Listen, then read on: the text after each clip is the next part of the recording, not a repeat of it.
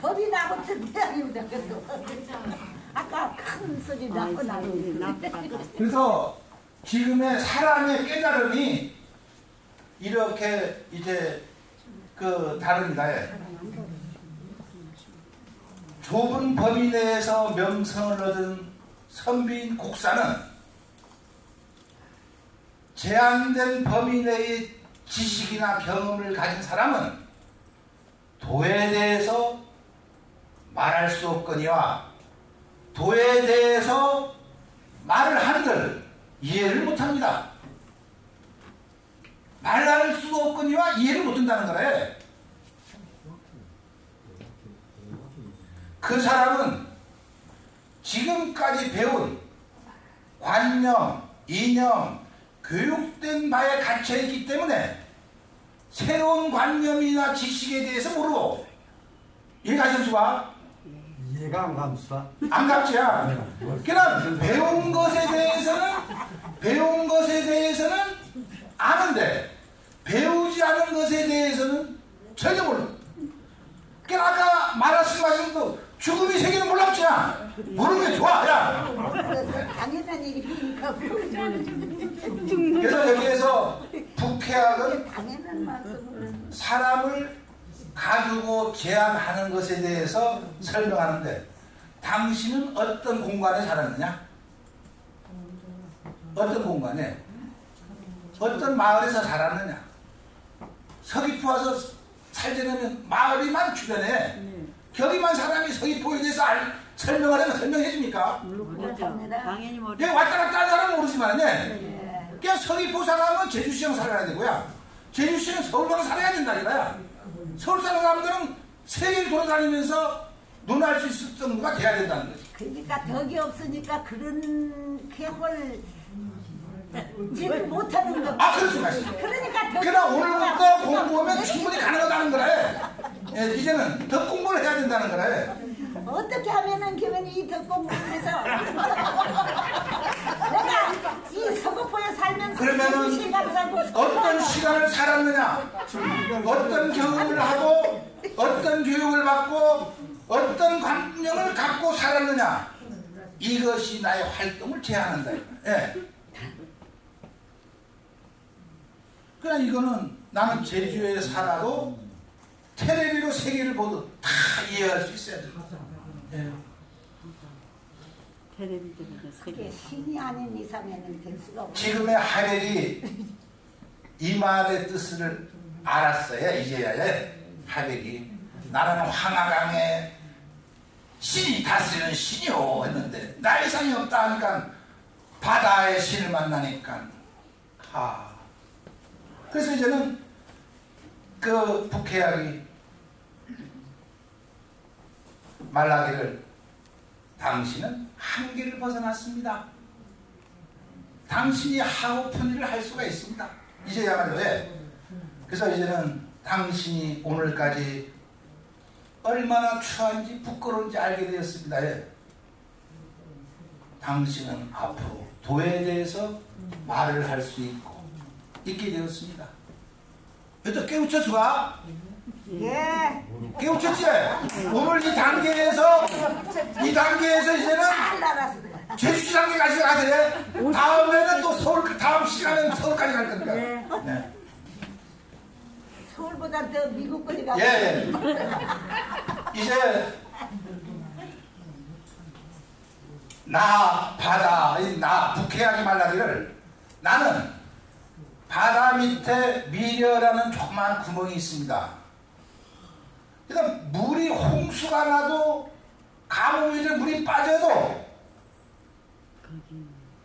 거기는 차 있죠. 넘쳐나거나 부족했은 적이 없습니다. 예. 그렇잖아요. 우리가 산에서 아무리 홍수가 나도 바다에 가면은 바다가 불어납니까? 예. 아무리 가뭄이 여기 되어도 바다가 마르는 적이 있습니까? 없지 않습니까? 예. 바다는 불어났어. 지금 얼음. 불어? 그럼 덕이 넘치는 사람이 그렇고. 그렇지만 나는 대단하다고 마음먹은 적이 없습니다. 설명하자면은 하백은 스스로 대단하고 하다고 느껴본 적이 있고 백해학은 그런 적이 없었습니다. 예. 왜 이런 차이가 나타나느냐 하면은 하백은 그릇과 함량의 크기, 바다의 함량과 크기와 강의 함량과 크기가 같겠습니까? 그러니까 사람의 덕에도 그 크기가 있다는 거래. 참 저 사람 크기 크다. 예? 그런 말 하지 않습니까? 좀 그 사람이 키가 큰 거야 마음에.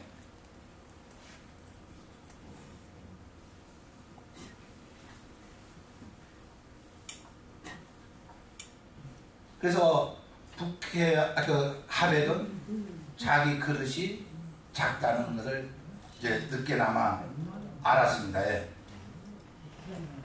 그래서 지금의 이때부터 하백은 반성을 합니다. 예. 반성했다는 것은 나쁜 짓을 해서 맨날 반성은 그것이 아니고 내가 지금까지 해오면서 스스로 느끼고 생각하는 거야. 돌이켜보건데 나는 잘냈다고 보는데 어디가 우리 친구가 나 공부 잘하고 뭐 했는데 어느 집에 가는 어느 집에 시비 간 거보다 나는 더 잘 살더라. 왜냐면 나는 여건이 좋은데 못 살았느냐. 예. 그러면 생각을 해보니까 아 나는 너무 허영심이 많지 않았느냐. 그 이유를 쓸 수 있잖아요. 예. 그럼 그때부터 반성을 하는 거예요. 반성하는 마음. 나빴다는 나는 건 아니. 어디가 그래 선생님한테 반성을 써와 이거는 그것이 아니고 한번 되돌아봐서 생각을 하고 느끼고 그러면 그렇지 말고 새로운 길로 가야 되겠다는. 그래서 반성할 수 있는 사람, 스스로 반성할 수 있는 사람이 탁월한 지성을 갖췄다는 거예요. 스스로. 다른 사람에 의한 아니라 스스로. 그 탁월한 지성이 이런 데서 태어난다는 겁니다. 그리고 반성력이 없는 지성을 푹 퍼진 지성이다 이거야. 예. 그것은 항상 이제 퇴보되면 안 된다는. 그래서 푹 퍼진 지성은 있는 것만 가지고 주장을 하고 반성력이 있는 지성은 자기 한계를 볼 수 스스로 보는 능력이 있다는 겁니다. 이 한계는 진리가 필연적으로 제공하는 어떤 한계가 있다는 것보다도 시대가 변하기 때문에 그 진리의 적용력이 달라져요. 상황에 맞게끔 딱딱딱딱 그걸 처리할 수 있는 능력이 있어야 되는데 아무리 가도 영 똑같은 방법만 제시하면 안 되지 않습니까?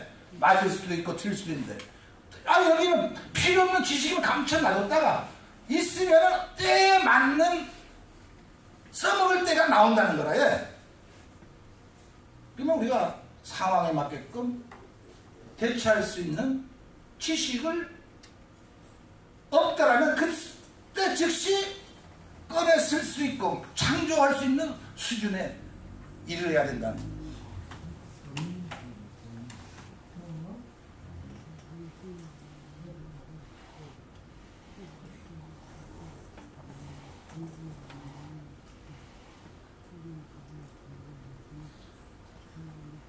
지금 우리는 아까도 말씀드렸습니다만 움직이는 과력을 향해서 쏘아 맞출 수 있는 그런 지식에 그 지식이 필요한데 오직 고정된 관역만 쏘아 맞추게 하느냐 그거는 한정된 지식이다.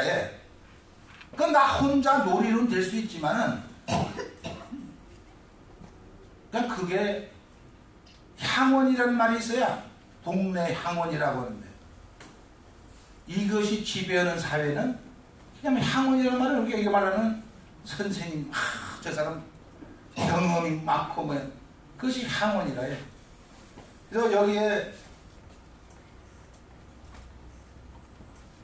동네 원님 일정한 범위인 동네 안에서 내가 가지고 있는 공통의식과 경험을 기반으로 해서 일정 분량의 신념과 이념을 가지고 거기에서 존경과 인정을 받는 사람이라. 동네 어른이 있죠. 쉽게 말하면 동네 어른으로는 그 사람으로 내가 발전할 수가 없어요.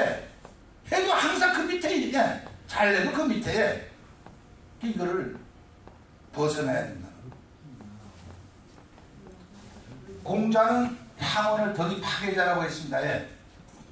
하백을 가장 큰 향원이라고 할 수 있고 자기가 얼마나 추한지를 모르는 상태의 하백을 향원이라고 할 수가 있습니다. 예. 향원들은 덕을 파괴한다. 함량을 파괴한다. 즉 당신이 당신이게 하는 근본적인 힘, 동력을 갖지 못하게 한다. 내가 스스로 향원이 아니고 선생님이라면은 당신 능력이 이것이 재능이 탁월하니까 이런 분야로 나가라. 예. 당신은 공부를 하면은 이렇게 가라. 스스로 너가 한번 도전하라. 예. 일을 주고 너는 이렇게 하고 너는 이렇게 가고 예. 그것이 아니다.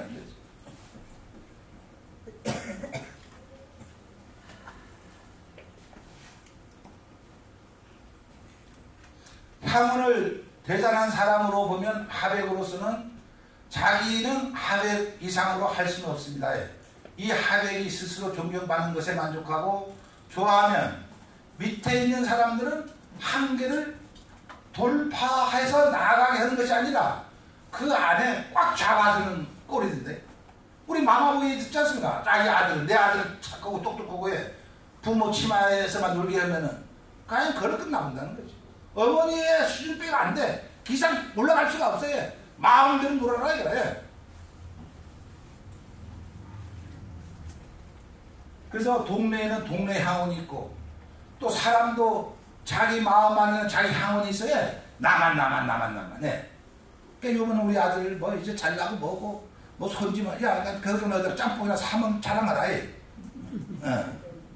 그냥 자랑은 자기 하지 말고 친구한테 야 너 도시만 줄 테니까니 막 밥 사주머니 누구네 그 아들 그 소문이 쫙 번져요.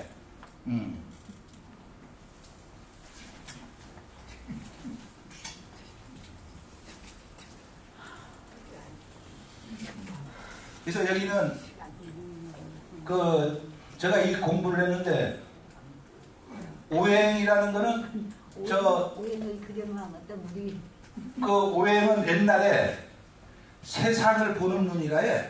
세상을 여기서 말하는 오행은 공부해놨니까 세상을 보는데 가불병정은 이 하늘의 세계에 예.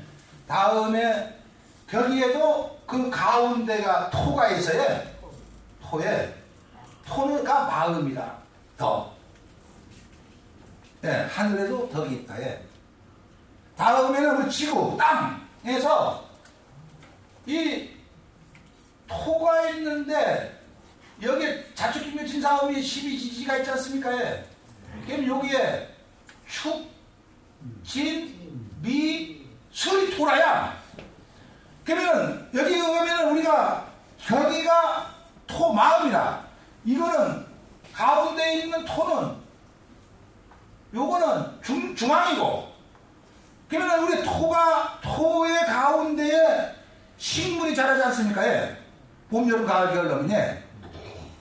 토가 계절을 넘겨주는 덕이 계절도 저기에서 지온이 지상구에는 따갑고 차고 이 공기를 지온에서 딱 환절기를 해주는 거야.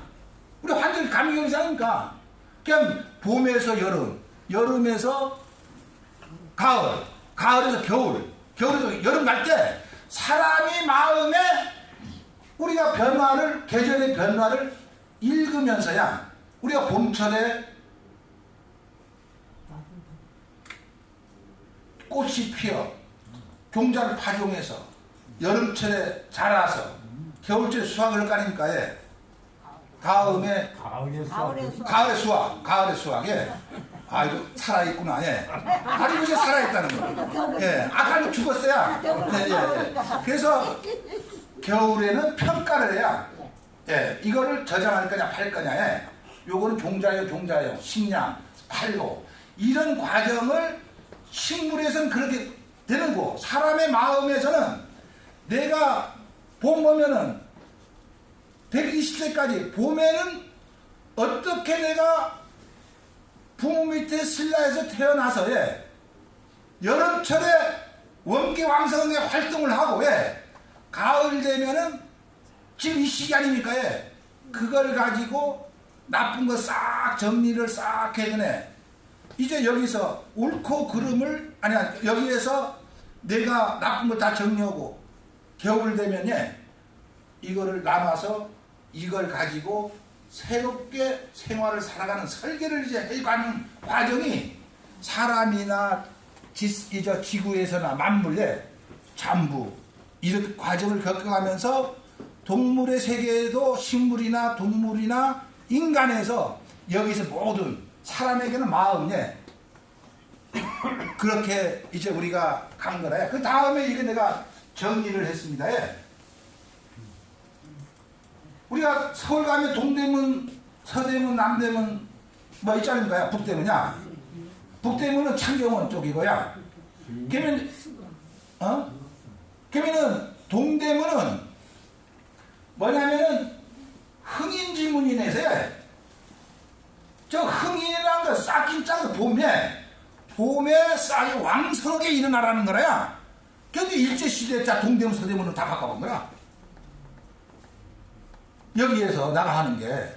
그래서 가운데는 보신각 토라에, 다음은 여름에는 숭례문 남대문에, 다음은 거기 사양지시, 다음은 서쪽에는 도리문 서대문이야. 수호지시네. 다음은 북쪽에는 홍지문 붉은에 지식을 펼쳐라야,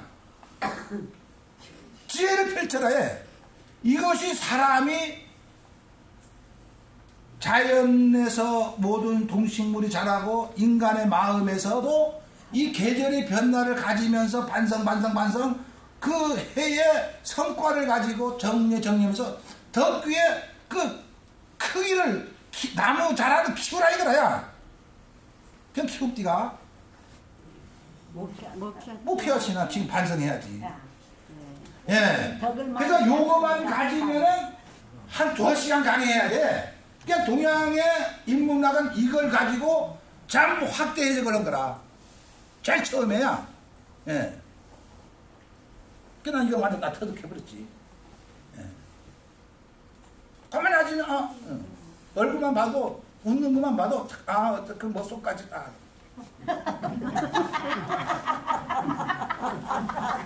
인간이 갖춰야 할 덕목이 있어요. 인간이 갖춰야 할 덕목. 싸가지 없다, 야.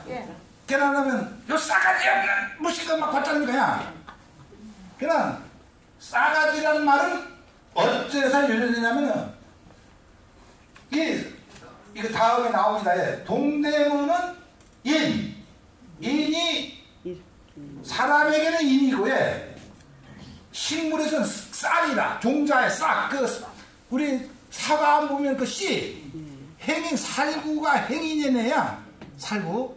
그냥 이 싹을 키워가는 건 문이 흥인지문이고, 다음은 남대문 애를 숭상하라는 문제는 숭례문인데, 남쪽으로 가면은 꽃이 피고 식물이 확 피어지 않습니까? 그때 이것이 애를 갖추라는 거래. 무슨 인사만 흐르는 것이 아니고 상대방한테 피해 주지 않는 영역을 확대하라. 다음은 은은 뭐냐면은 이제 그 돈이 서대문 여기 그 다음에 여기 동대문 남대문 서대문이고 을을 갖춰라. 다음에 북문은 지혜를 넓히라는 홍지문이라 해. 그러니까 그 중심에 아까 앞에서 보면은 종로에 보신각이 있지 않을까야. 보신각의 마음이라. 요즘은 거기 데모만 하는 데보다 마음이란 말은. 그러나 이 데모하면서 세계 만방에 알려주게. 대한민국에 이런 것이다, 야. 우리는 아주 나쁜 놈들 따위 다니는 거야. 그래서 여기는 마음이 정성성 참된 마음을 가져야 된다 이거야. 그러니까 여기서 사계절을 지니면서 덕을 쌓고 덕이 이제 싹이 자라서 꽃 피고 열매가 닿아서 그에는 상품만 다 달리고 해. 거기에서도 또 선별하고 이걸 가지고 또 반성하면서 우리는 뭐 팥지도 많다 팔아줍소. 이건 아니. 이거 한 번에 다 정리될 거죠. 예. 그 사람의 마음이 이렇게 가야 된다는 거예요.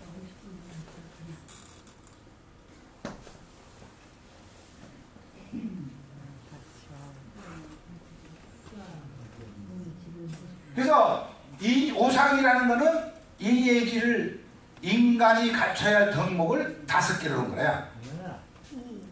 인예지, 이거에. 그래서 그 뭐냐면은 마음을 빼놓고 마음은 저장을 해서 이거 가지면서 잘하면서 뭐가 문제점이 있는가를 찾아서 버릴 건 버리고 치료할 건 치료하고 간직할 건 간직하면서 내 마음이 점차적으로 커가는 거지. 그러니까 성인이 돼가는 거야. 예. 그럼 여기는 인이라는 거는 치름지심은 불쌍한 것을 보면 가엾게 정을 나누고, 의라는 것은 소지심은 불의를 부끄러워하고 약한 것을 미워하는 마음, 얘는 사양지심은 자신을 낮추고 겸손하며 남을 위해 사용하고 배려하는 마음. 네. 다음 시비지심은 옳고 그름을 가릴 줄 아는 마음. 신, 마음은 광명지심으로 중심을 잡고 항상 가운데 바르게 위치해 밝은 빛을 내므로써 믿음을 주는 마음. 맞아? 혼자만 맞대놓고 남 장점이 있으냐? 요즘 국회의원들한테 저 좀 가르쳐줘야 되는데. 맞습니다. 그래서 도신각 사제문 중심에 종을 울리는 것은 인의의지를 갖추어야 인간은 신뢰할 수 있는 종소리라는 거야. 근데 당신 이거 인의의지 내기를 갖추었느냐?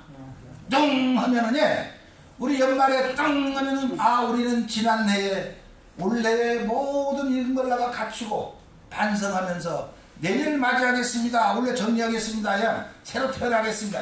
이렇게 해서 헌설 나무 라이트 있잖아. 거에 하나 다 또 더 생겨나는 거야. 그래서 여기에 인의애지가 없는 사람은 4개를 알아야 하는 없는 놈이라고 해서 싸가지 없는 놈. 싸가지 없는. 네. 이걸 알아야 돼요. 야. 걔는 어제까지는 싸가지 없는데 오늘은 싸가지 있느냐? 오늘부터는 싸가지가 있다. 예. 난 싸가지 있는 사람이다. 예. 없는 에서 있는, 무에서 유를 창조하는 거지. 얼마나 좋은 교육 프로그램. 그럼 저걸 국회의장을 연설을 해야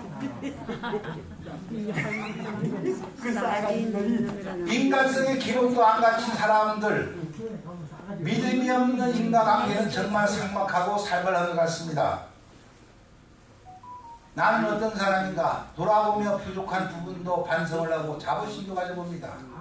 늘 싸가지 있는 사람으로 살아야 하며 또한 그런 분들과 교류하는 게, 싸가지 있는 사람은 싸가지 있는 사람들하고 살아야 돼야 없는 사람들이랑 살면은 오염되면 안 되는 거라. 네, 맞습니다. 네. 싸가지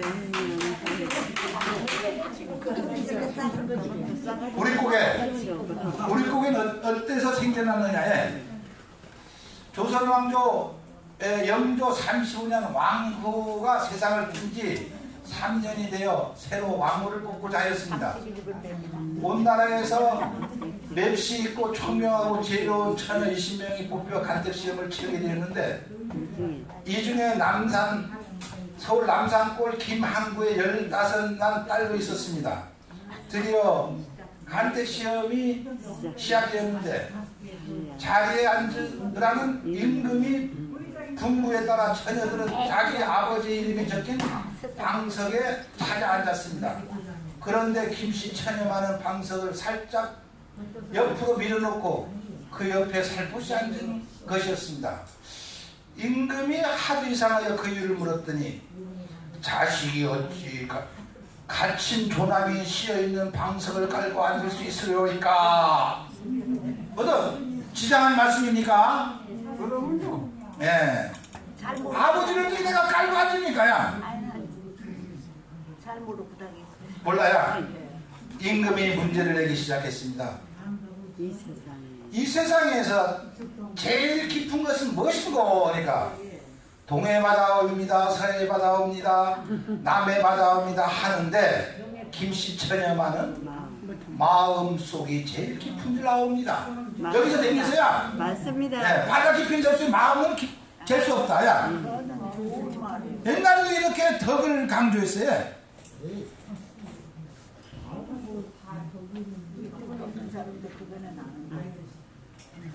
그러면은 다음 문제를 내었습니다.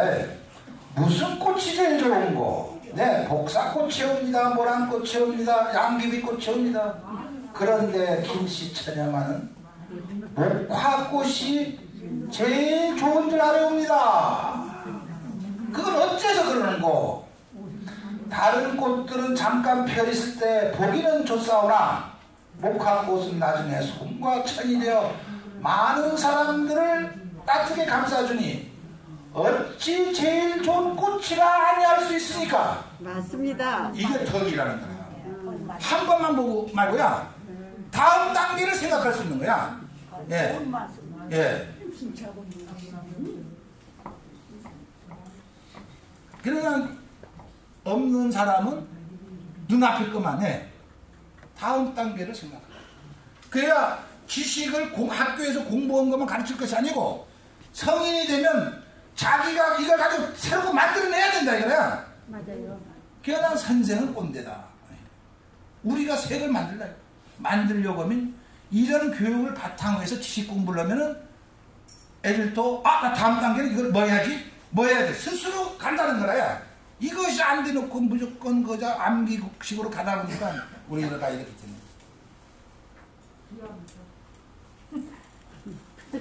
비함수가 알고 보면 비가 와야 될 거에 아수가 그 덕이를 깨친다는 거야. 이어서 세 번째 질문을 했습니다. 이 세상에서 제일 높은 고개는 무슨 고개인고? 그러니까 묘항산 고개입니다. 한라산 고개입니다. 우리 조선에는 백두산 고개가 제일 높사옵니다. 네. 이번에도 김씨 처녀만은 이렇게 대답을 하였습니다. 보릿고개가 제일 높은 고개입니다. 맞습니다, 진짜. 예, 보릿고개가 이때 보릿고개가 생긴 거라 해. 그래서 인재는 모두가 인재가 될 수 없어요. 다 대부분이 사고투성이 인재야. 다음은 보릿고개는 산이 고개도 아닌데 어디가 제일 높다 하는고? 농사 짓는 농부들은 보리 이삭이 여물기도 전에 묵은 해 식량이 다 떨어지는 때가 살기에 가장 어렵습니다. 그래서 보릿고개는 세상에서 가장 넘기 어려운 고개라 할 수 있어 옵니다. 맞지? 네, 맞습니다. 그럼 다음 상황이 오늘 마시는 거 있으면 내일도 마시는 거 생각해야지. 막 먹어놔. 다 돈 써놔. 내일 시작할 돈 어디서 그래? 이것도 골치 아픈 거 아니에요? 이제야 고개 꼴딱꼴딱 하는 분들도 있고. 이에 임금은 매우 감탄하였습니다. 이래서 김씨 처녀는 간택시험에서 장원으로 뽑혀 15세 나이에 왕후가 되는데 바로 정순왕후가 됩니다. 그래서 사람이 올바르고 인품 있고 차이가 하늘과 땅 차이 숫자로는 안 돼. 이렇게 하여 보릿고개가 제일 높다는 속담이 나오게 됐다고 합니다. 힘내라고 담아주시던 고봉밥처럼 넉넉한 마음으로 자식을 대하고 부모님을 대하는 이웃에 대한다면 모두가 좋은 부모고 자식이 됩니다. 좋은 이웃일 텐데 마음처럼 쉽지 않습니다. 구름도 흘러가고 강물도 흘러가고 바람도 흘러갑니다. 생각도 흘러가고 마음도 흘러가고 시간도 흘러갑니다. 좋은 하루도 지나가고 나쁜 하루도 흘러가니 얼마나 다행입니까? 흘러가는 인생에 과거에 항상 흘러간다는 거죠.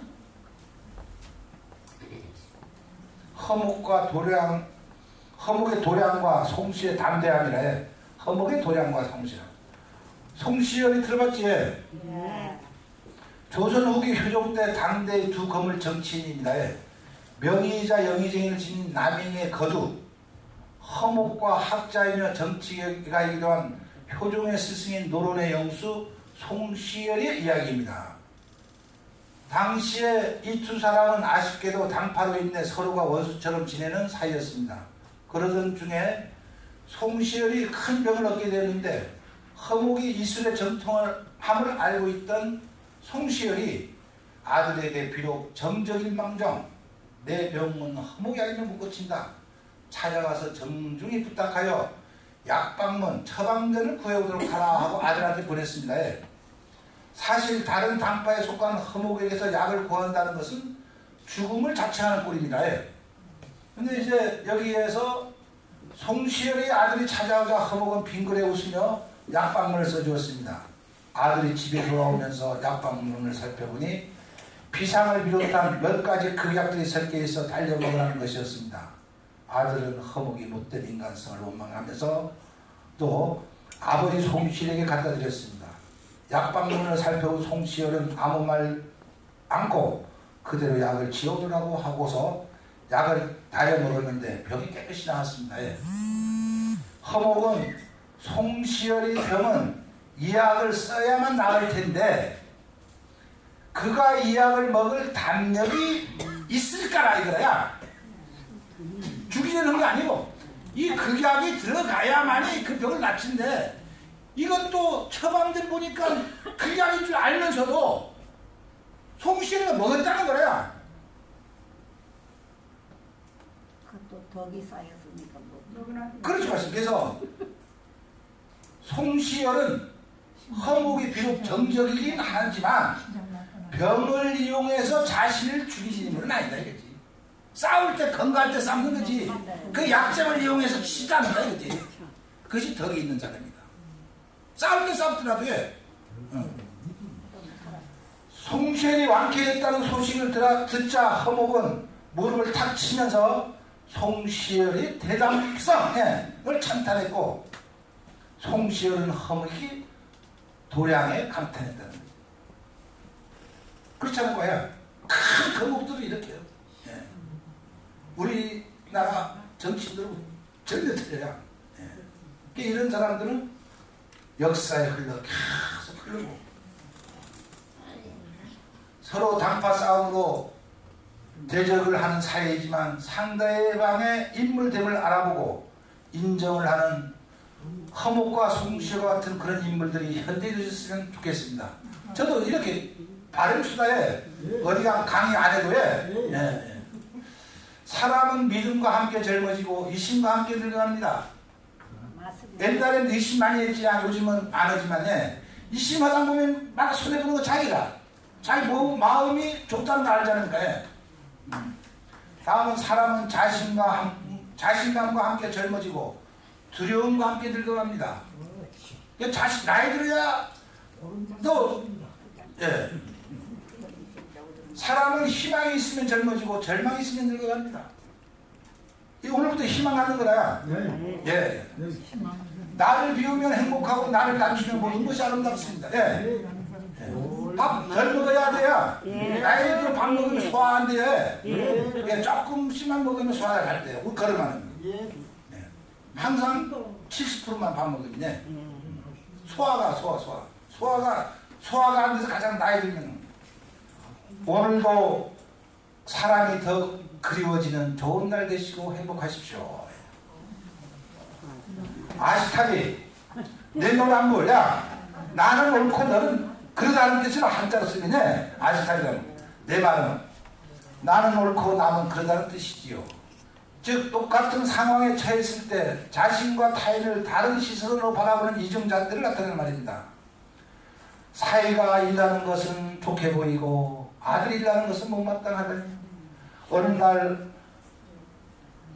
딸네 집이 미국에 갔더니 미국 사이는 설거지하고 큰 전소에 가니까 사이 잘했다. 아무래도 서울에 있는 그 아들네 집에 갔더니 아들이 설거지하고 이 못마땅하는 거야. 청소에 가느냐. 며느리 나쁘다. 며느리 나쁘다. 그렇게 하지 않으면 살 수 없는 세상이 되는 거라 하잖아요. 그러니 사위도 사돈이 집안에서 귀한 아들이고 내 아들 역시 사돈 입장에서 보면 사위인데 말입니다.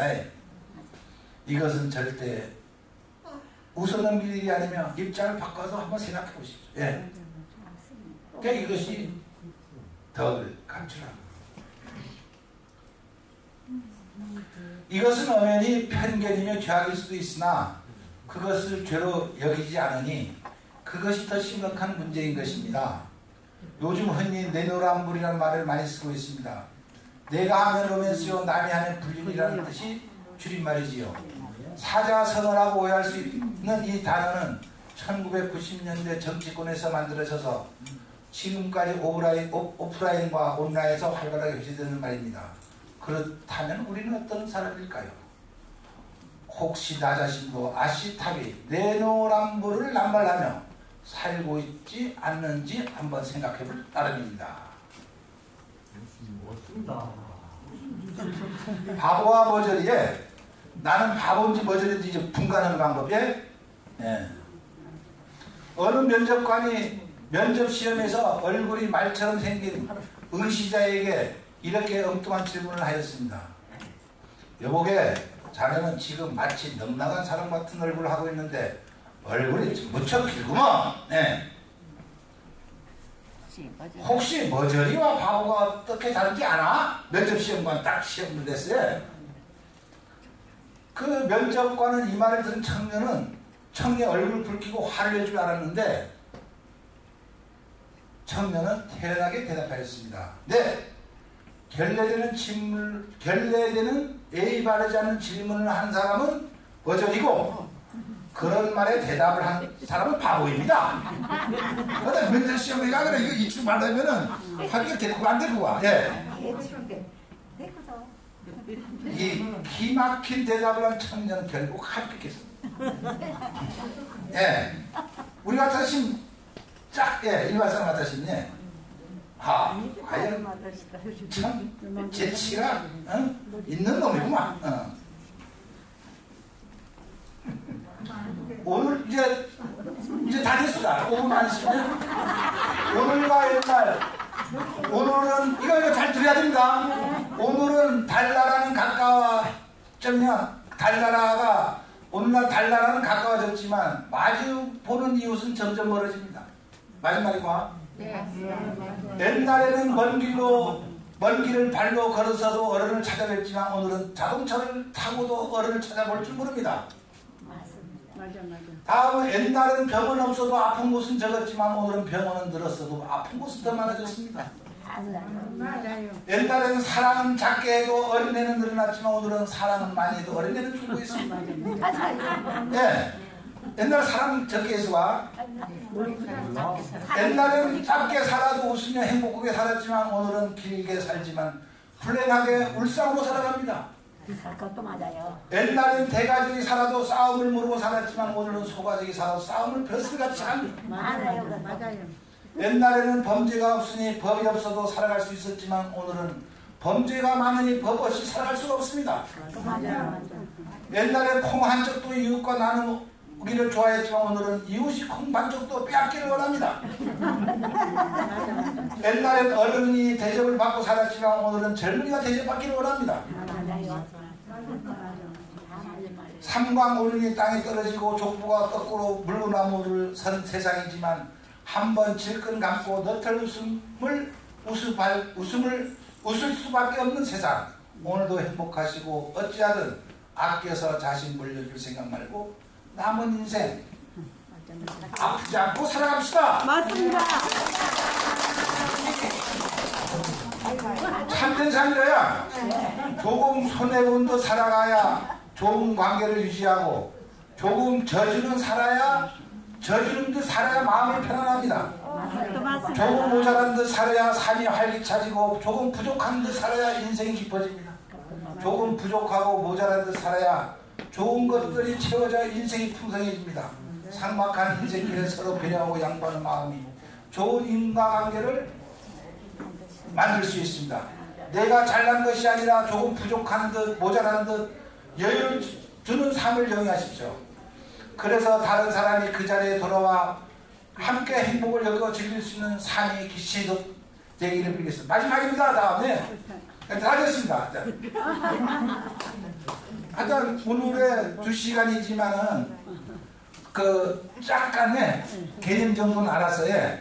그냥 이렇게 우리가 마음의 바탕에서 모든 것이 시작이 되어야 간직하고 머리 힘으로만은 안 된다. 그냥 그것이 마음은 세계를 볼 수 있는데 머리는 우리가 알고 있는 지식으로 채워진 사람은 한계에 부닥쳐.